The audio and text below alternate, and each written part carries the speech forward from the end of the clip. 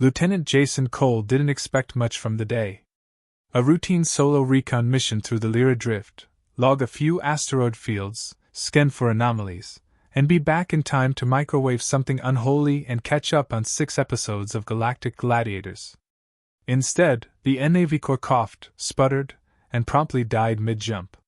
His ship, the Dawn Chaser, spiraled like a drunk frisbee toward a dense jungle moon, systems blinking red as if mocking him. He crash-landed hard enough to kiss the dashboard. When he finally came to, the cockpit was filled with smoke and the onboard AI had shut itself off out of shame. Stumbling outside, he found himself surrounded by towering violet trees and weirdly aggressive flowers that opened when he sneezed. "Great," he muttered, wiping green goo from his forehead. "Stranded. No backup. No comms. And I think I just got sneezed on by a plant." He checked the atmosphere, breathable. Surprisingly fresh. Maybe too fresh. Suspiciously fresh. His supplies were toast, but his legs worked, and so did his survival instincts, which screamed, "Find shelter. Avoid death. Ignore the weirdly seductive smell in the air." He trekked for hours until he heard voices, soft, melodic, and definitely not human. Then he saw them. Tall figures with shimmering skin in every hue from sapphire to sunburst. Feminine. Humanoid. Beautiful. Definitely not covered by standard issue anything. And every single one of them stopped what they were doing and stared at him. Jason stopped walking. Then, instinctively, flexed. A dozen alien women approached him slowly, tilting their heads in near-perfect synchronization. One stepped forward, her voice silken but puzzled. "It speaks?" Another gasped. "It has chest fur. Like the sacred beast of Drenlaw." Jason raised his hands. Hi. I come in peace. Please don't eat me." They formed a tight circle. One knelt and poked his boot, muttering something in a language his translator couldn't parse. Another sniffed him. Sniffed. Long and deeply, like he was a rare wine or some kind of biological casserole. One whispered, "He smells unprocessed." Another followed with, "Is he functional?" Jason looked down at himself. "Okay, rude." They began talking faster, their language tripping over his translator's syntax until it produced the worst phrase possible. "We must probe him thoroughly to understand his anatomy." His eyes went wide. "You're gonna what now?" Before he could sprint, 2 grabbed his arms, not aggressively, just curiously firm. One leaned in close and said, "Do not worry. Our methods are delicate. No offense, but I don't like the way you're all using the word probe like it's foreplay." The leader of the group, a regal-looking woman with silver tattoos running along her cheeks, stepped forward and addressed the group. "We will take him to the Center for Containment and Observation. For safety. For study." Jason raised a brow. "Containment? Lady, you say that like I'm a biohazard," with a great smile. He was escorted, or more accurately, gently herded, through massive alien archways into what looked like a cross between a jungle temple and a high-end spa. Everything glowed. Everything pulsed. And every alien girl they passed stared. Hard. One whispered, "Is that what they mean by fully equipped?" Another giggled. "His garment has no biological interface port." "Fascinating." Jason sighed. "I'm wearing pants. It's not that deep." At one point, someone touched his hair and gasped. "It's alive!" No, it's just curly. Chill." Eventually, they brought him to a large chamber with soft floors, vines that adjusted under his weight, and a bed that looked suspiciously like it had handholds. He sat on the edge and looked around. "So, are you gonna tell me what's going on? Or do I just get slowly interrogated with compliments?" The silver-tattooed woman entered again, holding a tablet and something that looked like a glowing marshmallow on a stick. She smiled. "Welcome to Valera 9. You are a unique specimen. Male. Organic. Unexpected. We have never seen one of your kind." Jason blinked. "You mean humans?" "No. Males." That stopped him cold. I'm sorry, what? Our species lost all males 500 cycles ago. A plague. Terrible. Glitter-based. We now reproduce through sterile cloning. It is inefficient, but stable. Jason processed that. Then looked down at himself. Then back up. So, I'm the only guy here? The woman nodded slowly. To our knowledge, yes. He felt the weight of 1,000 potential HR violations looming. And what exactly do you plan to do with me? She smiled sweetly. Study. Understand. Possibly replicate. Jason stood, holding up both hands. Listen, I'm all for cultural exchange, but maybe we could start with names before samples. From behind her, a voice called out. Initiate preliminary compatibility scan! Jason yelped, ducked, and tripped over the soft floor, landing flat on his back.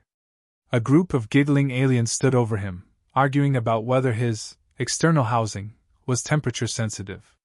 He stared at the ceiling. This is not how I thought my Tuesday would go. One alien leaned in, blinking slowly. Does your species enjoy oral communication? Jason groaned. Lady, that sentence needs context before I answer. Another shouted. Begin non-invasive probing.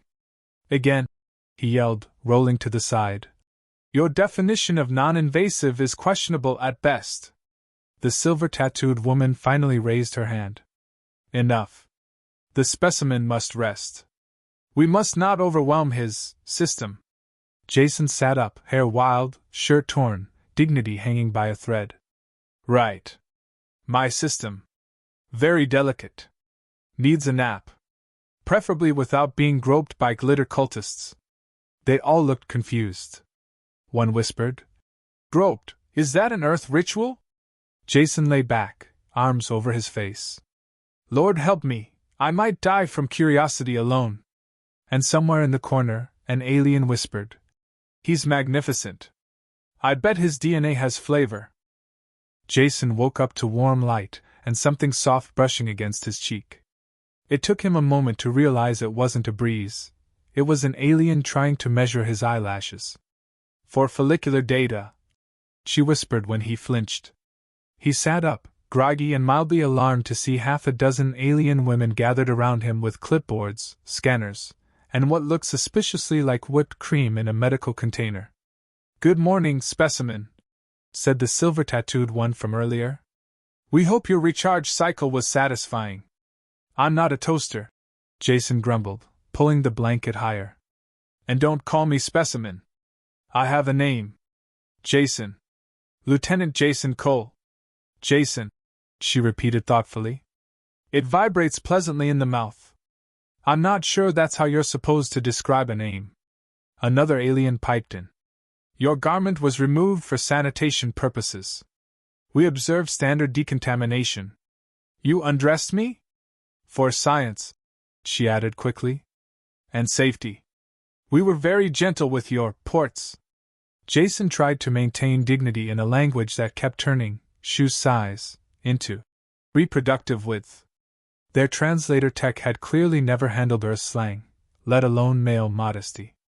One asked him how he discharges excess salt, and didn't blink when he answered.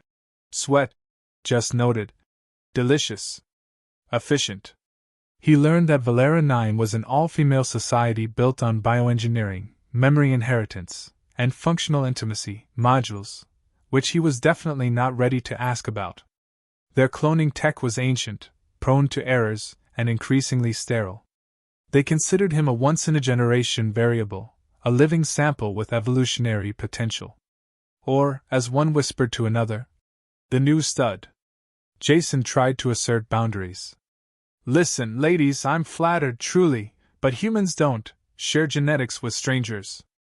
We do things like dinner, talking, eye contact. They blinked. This eye contact ritual, is it performed before or during genetic exchange? It's called dating, he said. And no, it doesn't involve swabbing my saliva in my sleep. There was a pause, and then laughter, musical and echoing. Apparently, humans were funny. Exquisite chaos, one called him. A sacred anomaly.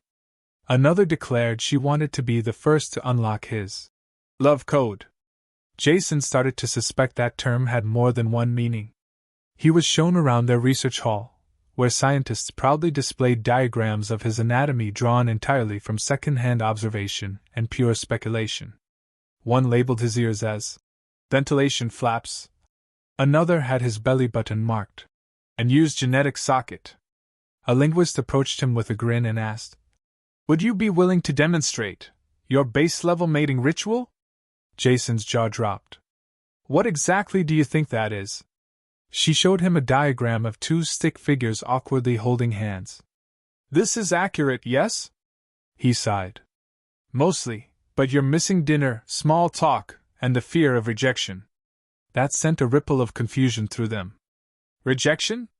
You don't want to mate with every available female?" "I don't want to mate with anyone who says the word specimen while doing it." A warrior caste woman then asked if she could test his endurance. Jason assumed she meant sparring. She meant jogging. Uphill. In 80% humidity. Naked. He politely declined and was told he was very earth in his boundaries. He was given food, fruit that tasted like banana mixed with mint, and a drink that fizzed and whispered compliments. Every bite he took made one of them jot something down. Choose 32 times before swallowing. Note possible ritualistic significance. The high priestess finally visited, draped in vines and glowing silk, and welcomed him to their society formally. She thanked him for existing, for not exploding on arrival, and for being a possible genetic reboot button. Jason smiled awkwardly and tried to shake her hand. She leaned forward and licked his cheek. "An offering of your salts," she explained. "Deeply sacred. I'm gonna need a towel and a long shower after this." They continued to misunderstand everything he said. When he claimed to be a pilot, one asked if he could fly without equipment. When he said he misheard speeches, they offered to synthesize sand and watch him lie on it while they studied his sunning behavior. Every time he tried to explain human culture, it backfired. He mentioned Netflix and chill, and two scientists immediately constructed a cryogenic chamber and played mating whale sounds through it. He mentioned tacos, and someone tried to feed him a triangular meat pouch with glowing sauce. He gave up trying to correct them. He discovered the phrase, "mandatory docking protocol," was written into their civic code. It was their version of flirting. Apparently, the phrase came from pre-plague days, where actual docking referred to space shuttles, but also to something much more personal. The term survived, but the original use faded. Until now. Jason couldn't walk 10 paces without hearing a hushed, "He looks ready for docking," followed by another's gasp. "Do you think he knows how to initiate thrust?" He did. He just wasn't going to demonstrate. His translator, now somewhat adapted, offered an update. "Local sentiment, you are considered rare. Valuable. Possibly sacred. Caution advised, they are debating access schedules." "Access what?" "Your proximity for non-invasive sampling." "Or invasive?" "Context unclear." Jason sat down on a vine bench, face buried in his hands. "I just wanted to scan a damn asteroid field." One alien approached timidly. "Jason, we would like to ask something of great importance." He braced. "What now?" She held out a small glowing cube. "Will you teach us how to compliment someone without demanding fluids?"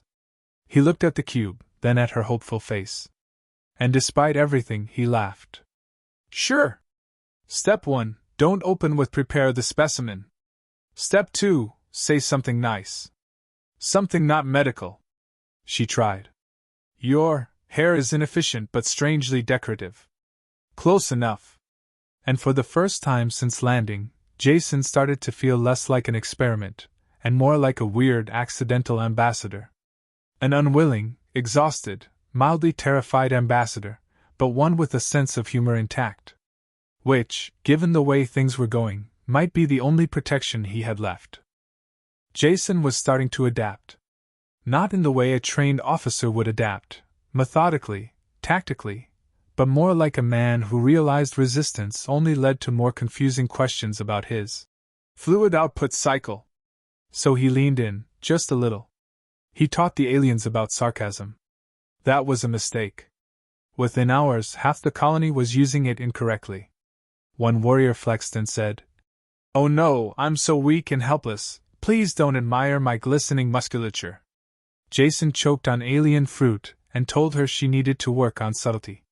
She took it as a mating challenge. Somehow, he became a celebrity. The first male. The walking variable. The stud. He tried to explain that on Earth, stud could also mean someone who fixes broken furniture. They found that deeply arousing. An elder named Trailia handed him a scroll with a new title, Science Tactical Universal Donor. Jason stared at it. "You guys do realize that spells out SDU, never mind." They cheered. With his newfound fame came territorial politics. Factions formed, the scholars, the warriors, the cultivators, all claiming a right to his interaction window. The debates got heated. One scientist argued she should get full access because she developed a 3-point hydration chamber just for him. A warrior responded by lifting a boulder with one arm and saying, "He needs protection, not misting." Jason stepped in. "Hey, how about none of you get access? Maybe I get a choice? Radical concept, I know." Silence. Then someone whispered, "Choice, is that another human ritual?" He started giving lessons. He called it diplomacy. They called it the weekly session. Each group got a turn. One day he taught them about Earth's social bonding rituals, like dates and gifts. The next, about cooking. The way they reacted to a fried egg was as if he'd taught them fire. One nearly wept when he cracked the yolk. "Yellow, but soft, yet firm? How does your species contain such paradoxes?" she whispered, trembling. Then came romance. He explained hand-holding, kissing, the idea of not needing a genetic outcome from every cuddle. An awkward silence followed. One finally said, "You mean you touch for comfort? Without extraction?" Jason nodded. They looked at each other like he'd just rewritten biology. Soon they were trying it. Awkward hugs, shy hand brushes. One even tried writing poetry. It was terrible. It rhymed you with do 6 times and ended with initiate protocol. But Jason appreciated the effort.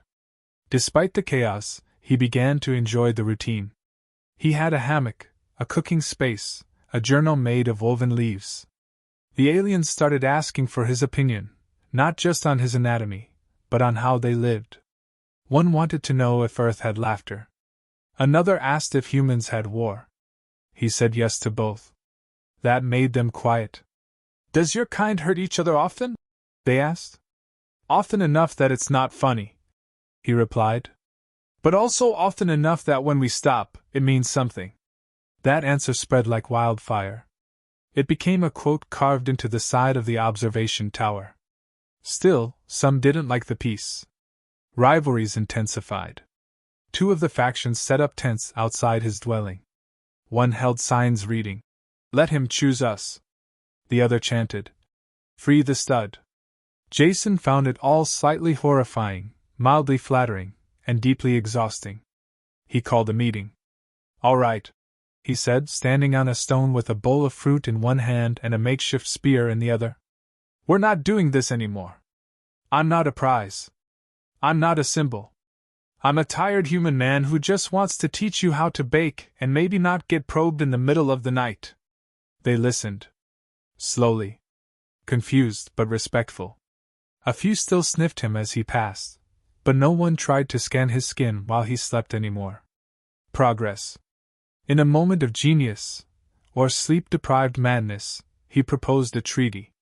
One that would give him the title of cultural liaison. In exchange, he would offer weekly classes, no genetic sampling without consent, and all rituals must include a please and a thank you. It passed unanimously. Probably because he offered a sample of Earth chocolate during the vote. With his new role came peace. The factions agreed to rotate lessons. He introduced music, poorly. Rhythm was not Valerianine's strong suit. He showed them comedy films. They thought slapstick was a mating dance. He let it slide. Eventually, he let a few of them in. As friends. As companions. As equals. One of the cultivators, Jolly, was the first to ask, "Would it offend you if I just wanted to talk? Not scan. Not sample. Just talk." Jason smiled. "It'd be the nicest thing anyone's asked me all week." They walked under the glowing trees for hours. She asked about stars. He asked about how they felt when their sun dimmed during the long season. Neither had the right answers. But it didn't matter. Later that week, the High Priestess offered to update his status again, from stud to something more ceremonial. Jason declined. "Just put guy who showed up and didn't explode. That feels accurate." Still, they insisted on carving his face into a tree. Well, the idea of a face. It looked like a smiling fruit with chest hair. He didn't have the heart to correct them. He sat by the fire one evening, listening to them talk. No one mentioned mating. No one asked for fluids. One of them just said, "I like it when you tell stories." He leaned back, stretched, and grinned. "Yeah? Well, I've got a whole planet's worth left to tell." They clapped. Someone brought more chocolate. Another offered him a hand-woven sash with stud stitched into it in glitter thread. He accepted it with a groan and a laugh. He was still stranded. Still the only male. But now, somehow, he wasn't alone. Jason adjusted his sash, glitter-threaded, garish, and proudly stitched with stud across the chest. At this point, resisting it felt pointless. He wasn't just a stranded human anymore. He was part instructor, part counselor, part living curiosity, and somehow the unwitting center of an alien peace accord. His role as cultural liaison expanded faster than he'd agreed to. They asked him to help mediate disputes, name crops, even judge baking competitions, which he quickly regretted when one entry tried to simulate Earth's cinnamon using fermented algae. He smiled through it, mouth numb, tears in his eyes. "Delightfully aggressive," he called it. They took it as high praise. His influence grew not because he wanted it, but because he didn't try to claim it. That made them trust him more. Especially after he shut down the unauthorized fan club that tried to clone a lock of his hair. "Boundaries," he'd said, holding the scissors like a weapon. "Human word. Get used to it." One day, the High Priestess called a summit. All factions were present. She offered Jason a new role, more symbolic, deeply sacred, genetic unifier. The implication wasn't subtle. Jason sighed, stood up, and said, "I'm honored. Really. But I'm not a miracle. I'm just a guy who crash-landed, didn't die, and accidentally taught you all what flirting means. I don't want to be your legacy. I want to be your neighbor." Silence followed. Then Jolly stood, nodded once, and added, "Let him be. He gives us stories, not solutions. That is enough." That moment redefined his place. He wasn't their reboot. He was their friend. Still, some tradition-bound groups pushed for selective continuation. Jason negotiated a treaty. He would allow voluntary biological analysis under 2 conditions, fully consensual, and no invasive methods. They agreed. Reluctantly. Some were still disappointed to learn first contact didn't mean what they thought. Over time, Jason introduced more of Earth's mundane wonders. Hot cocoa. Hugs. Knock-knock jokes. They loved those. Though they never quite understood the "who's there" part. One alien replied, "Why knock if entrance is permitted?" He gave up trying to explain. He helped them build new housing with actual privacy. He invented the concept of alone time, which at first was treated like punishment until they realized it came with pillows and silence. Now, alone time was scheduled with reverence. Romantic connections did happen, slowly, quietly. Not because of obligation, but curiosity and comfort. Jason didn't broadcast them. Neither did they. It wasn't about rituals or replication. It was about two beings finding peace in a world that used to be all need and no nuance. He sat one night with Jolly by the glowing pond. She asked, "Do you think others of your kind will come?" Jason chuckled. "If they do, I hope they're more prepared. Or at least better at running from scanners. Would you go back?" He thought about Earth, gray skies, traffic, lukewarm noodles, war, noise. Then he looked around. Alien fireflies blinked in blue. The wind smelled like citrus and ozone. Someone was singing off-key nearby, probably trying out one of his old Earth songs again. He didn't correct the lyrics anymore. "I'd visit," he said. "But this isn't a rescue mission anymore." Word spread that Jason chose to stay, not because he had to, but because he wanted to. That decision had more cultural impact than any treaty. The aliens of Valera 9 stopped seeing him as a resource and more as a bridge. He authored a book. Well, dictated one. Their writing system didn't use letters, just scent-based symbols. It was called The Human Doesn't Bite, Unless Provoked. It became required reading in their educational centers. He still got the occasional strange gift, an egg that vibrated, a bouquet that screamed compliments when touched, a carved likeness of his chest hair, but they meant well. And eventually a new role emerged, Earth Ambassador. Not by appointment, but by default. If another human ever arrived, they'd meet Jason first. That both thrilled and terrified him. He began preparing a welcome packet with bullet points. "No, they don't all want your fluids." "Yes, they might ask anyway." "Smile. Be polite. Watch out for the drink that flirts." The final ceremony was more of a formality. The High Priestess gave him a medallion. It bore the symbol of shared breath, Valeran for honored presence. He accepted it with grace, declining the proposed song and dance that accompanied most sacred exchanges. "I'll pass on the interpretive docking routine," he said. "Last time someone sprained an antenna." There was laughter. Real laughter. Not from confusion or translation error, but because they got the joke. He stood there, a man once stranded, now home, and realized something wild. They'd changed him, too. He was softer around the edges, slower to assume, quicker to laugh. Less soldier, more storyteller. That night by the fire, someone asked, "What do you think would have happened if your ship hadn't crashed?" Jason took a sip of something fizzy, warm, and vaguely passionate in flavor. He looked at the sky. "I'd be in a bunk somewhere, staring at gray walls, wondering if there's more to life than protocols and processed food. I'd be surviving." He turned back to them. "But this is living." They nodded. Someone handed him another scroll to autograph. He rolled his eyes, smiled, and signed it. "Your favorite specimen."